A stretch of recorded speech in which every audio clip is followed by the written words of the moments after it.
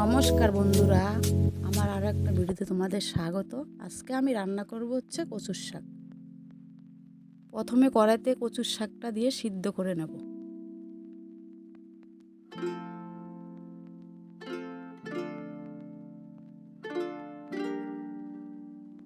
সেদ্ধ করার জন্য হালকা জল দিয়ে দেব। তারপরে একটা পাত্রে নারকেলটাকে কুড়িয়ে নেব।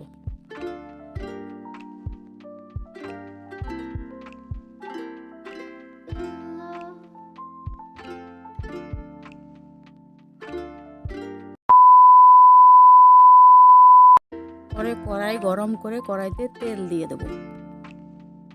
আগের থেকে সেই তেলে লঙ্কা ভেজে নেব।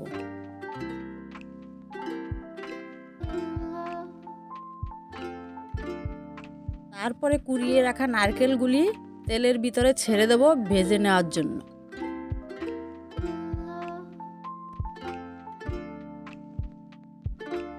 তারপর পরিমাণ মতো নুন হলুদ দিয়ে দেব।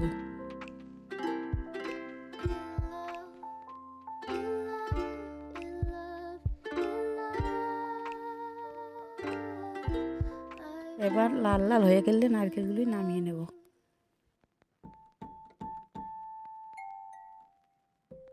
তেলের সাথে আর একটু তেল দিয়ে কালো জিরা ফোড়ন দিয়ে দেবো। তার সাথে দিয়ে দেবো তেজপাতা। তারপরে আগে থেকে সিদ্ধ করে রাখা ছোলা দিয়ে দেব।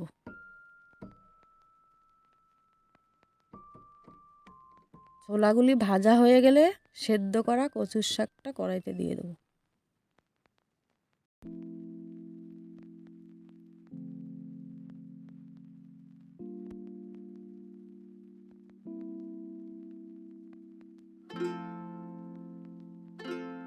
কড়াইতে দিয়ে ছোলার সাথে কিছুক্ষণ নেড়ে চেড়ে নেব।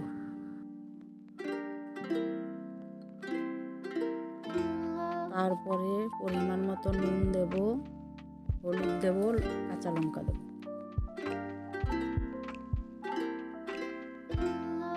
সব কিছু দিয়ে ভালো করে নাড়ব।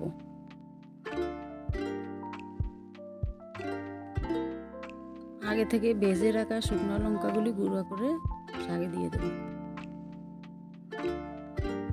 তারপরে স্বাদ মতো একটু চিনি দিয়ে দেব। তারপরে ভেজে রাখা নারকেলগুলি শাকে দিয়ে দেব।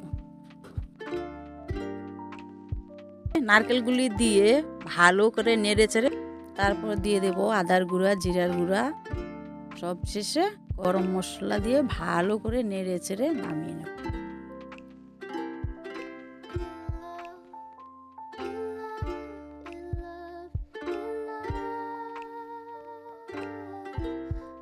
এইভাবে বানিয়ে ফেলুন সুস্বাদু কচুর শাক।